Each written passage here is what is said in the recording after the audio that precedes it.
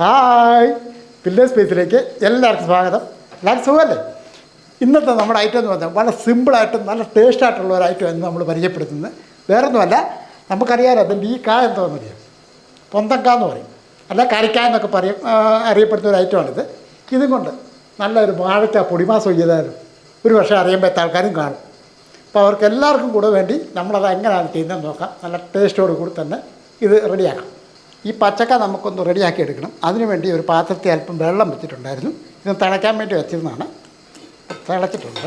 വേണ്ട, അത് തിളച്ച ശേഷം ഈ പച്ചക്ക അങ്ങോട്ട് ഇട്ടു. അപ്പോൾ നമുക്ക് ഈ ആദ്യമേ തന്നെ ഈ പച്ചക്ക ഇത് പുഴുങ്ങിയെടുക്കണം. ഒരു 6-7 മിനിറ്റെങ്കിലും ഇങ്ങനെ കിടക്കട്ടെ. ഇപ്പോൾ ഇത് ഏകദേശം ഒരു 5-6 മിനിറ്റ് ആയിട്ടുണ്ട്. കണ്ട അതിൻ്റെ പച്ച കളറൊക്കെ ഒന്ന് മാറിയിട്ടുണ്ട്. അപ്പോൾ നമ്മളിത് പുഴുങ്ങിയെടുക്കാനായിട്ടാണ്. ഇത് നല്ലപോലെ പുഴുങ്ങിയതിന് ശേഷം ഇങ്ങോട്ട് കോരിയെടുക്കുക.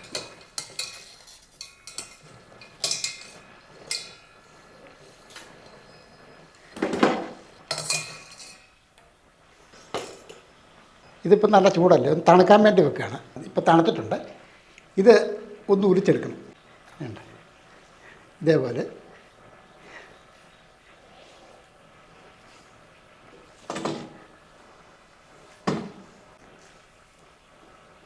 ഇങ്ങനെ അങ്ങോട്ട്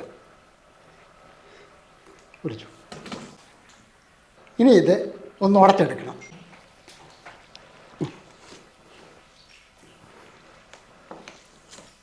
ഇങ്ങനെ അങ്ങോട്ട് ഉടച്ച്, അല്ല തവിയുണ്ടായാലും ഉടച്ചെടുക്കാവുന്നതാണ്.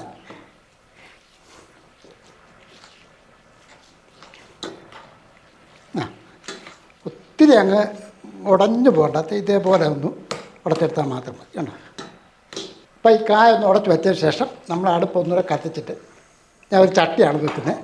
ഈ ചട്ടി ഒന്ന് ചൂടായ ശേഷം ഒരു 2 ടേബിൾ സ്പൂൺ അളവിൽ വെളിച്ചെണ്ണ ഒഴിച്ചു കൊടുക്കുക. എണ്ണ ഒന്ന് ചൂടായ ശേഷം നമുക്ക് ആദ്യമേ ഒരല്പം കടുക് ഇട്ട് കൊടുക്കുക. അടുത്തായിട്ട് ഞാനൊരു 1/4 ടീസ്പൂൺ അളവിൽ ചെറിയ ജീരകമാണ്. ഇത് ഓപ്ഷനാണ്, താല്പര്യമുള്ളവർക്ക് മാത്രം ചെയ്താൽ മതി. അങ്ങോട്ട് കൊടുക്കുക. അപ്പോൾ കടുകും ജീരകവും ഒക്കെ റെഡിയായതിന് ശേഷം 1 ടീസ്പൂൺ അളവിൽ ഉഴുന്നുപരിപ്പാണ്, അതങ്ങോട്ട് ഇട്ട് കൊടുക്കുക. 1 ടീസ്പൂൺ അളവിൽ വെളുത്തുള്ളിയാണ് ഒന്ന് ചതച്ച് വെച്ചിരിക്കുന്നത്, അതും ഇട്ട് കൊടുക്കുക. അത് നാരങ്ങ ഉള്ളൂ, ചതച്ചെടുത്തെന്ന് മാത്രമേ ഉള്ളൂ. 2-3 വറ്റൽമുളകും കൂടെ അങ്ങോട്ട് ഇട്ട് കൊടുക്കുകയാണ്. ഒന്ന് ഇളക്കി. 1 പിടി കൊച്ചുള്ളി, അതും ഒന്ന് ചതച്ചെടുത്താണ്, അതും ഇട്ട്. അപ്പോൾ എല്ലാം കൂടെ ഒന്ന് ഇളക്കി ഈ ഉള്ളിയൊക്കെ ഒന്ന് ചെറുതായിട്ടൊന്ന് വഴറ്റിയെടുക്കണം. നന്നായിട്ടൊന്ന് ഇളക്കി ഉള്ളിയുടെയൊക്കെ കളർ മാറി വരുമ്പോഴത്തേക്കും 2-3 പച്ചമുളക് നമ്മുടെ എരിവിന് ആവശ്യമുള്ള അത് ഇട്ട് കൊടുക്കും. ഒരല്പം കറിവേപ്പില.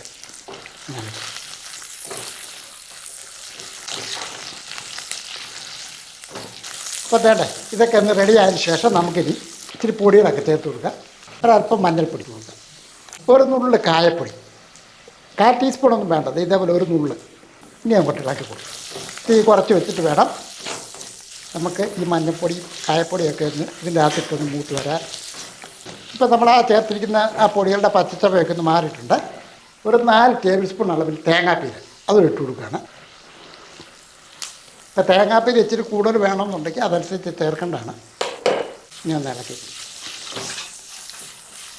ജസ്റ്റ് ഒന്ന് ഇളക്കി, ഇതുപോലെ ഒന്ന് ഇളക്കി കൊടുത്താൽ മാത്രം മതി. ഇനിയും വേണ്ടത് ഇതൊന്ന് ഇളക്കി കൊടുത്തതിന് ശേഷം നമ്മൾ ഈ റെഡിയാക്കി വെച്ചിരിക്കുന്ന ആ പച്ചക്കായ മുട്ടിട്ട് കൊടുക്കുക. ഇതിനൊന്നും ഉപ്പിട്ടിട്ടില്ല കേട്ടോ, ആവശ്യത്തിലുള്ള ഉപ്പ് പൊടിയും കൂടി ഇട്ട് കൊടുക്കുക.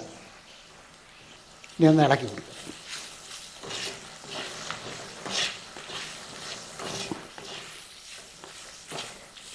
ഇതെല്ലാം കൂടെ നന്നായിട്ടൊന്ന് ഇളക്കി ഒന്ന് മിക്സ് ചെയ്തെടുക്കുക. അപ്പോൾ ഇതെല്ലാം നല്ലപോലെ ഒന്ന് ചൂടാകണം കേട്ടോ.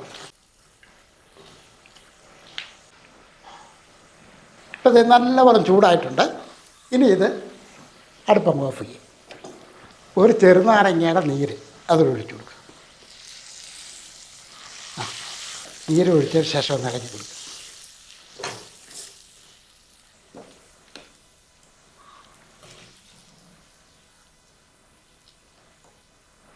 ഏതായാലും കറിക്കായ ആണേലും ഏത്തക്കായ ആണേലും അല്ലേ, പച്ച ഏത്തക്ക ആണേലും നമ്മൾ തോരനൊക്കെ ഇഷ്ടം പോലെ വെച്ചിട്ടുണ്ട്. തീർച്ചയായിട്ടും ഇതേപോലെ കറിക്കായും കൊണ്ട് ഇങ്ങനെ ഐറ്റം ചെയ്തിട്ടുണ്ടോ? വാഴയ്ക്ക പൊടി മാസ് വ്യത്യസ്തമായ രീതിയിൽ തന്നെയാണ് ഇത് ചെയ്തിരിക്കുന്നത്. തോരനുമല്ല, എന്നാൽ അത് വേറെ രീതിയിലാണ് ചെയ്തിരിക്കുന്നത്. നിങ്ങൾക്ക് എന്തായാലും ശരി ഇത് ഇഷ്ടപ്പെടും, ചെയ്ത് നോക്കാവുന്നേ ഉള്ളൂ കേട്ടോ. അപ്പോൾ വീഡിയോ ഒക്കെ ഇഷ്ടപ്പെട്ടാൽ നമ്മുടെ ചാനൽ സബ്സ്ക്രൈബ് ചെയ്യാനും ലൈക്ക് ചെയ്യാനും ഷെയർ ചെയ്യാനും മറക്കല്ല. വേറെ വീഡിയോയിൽ പെട്ടെന്ന് വരും. ബൈ.